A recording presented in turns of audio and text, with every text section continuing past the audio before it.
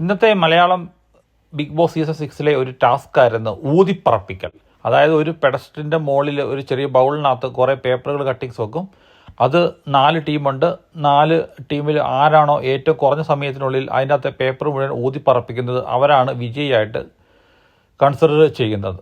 എന്തായാലും അർജുനും അഭിഷേകും ഒരു ടീമായിട്ട് അർജുൻ അങ്ങ് നിന്ന് ഊതിപ്പറപ്പിക്കാൻ തുടങ്ങി. കാരണം എന്നാന്ന് അറിയത്തില്ല, അർജുൻ്റെ ലങ് കപ്പാസിറ്റി പറയാതിരിക്കാൻ വയ്യ. കാരണം ഊതിയത് അർജുൻ 1 മിനിറ്റും 10 സെക്കൻഡുകൾ കൊണ്ടാണ് അത് കിൻഡായിട്ട് ഊതിപ്പറപ്പിച്ചത്. അത് കൂടുതലും അർജുൻ തന്നെയാണ്. കാരണം ചിലർക്ക് ഈ ഭയങ്കര ലങ് കപ്പാസിറ്റിയാണ്.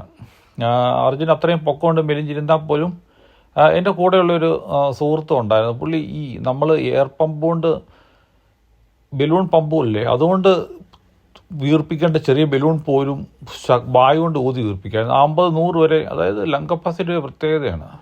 അർജുൻ അത് സിമ്പിളായിട്ട്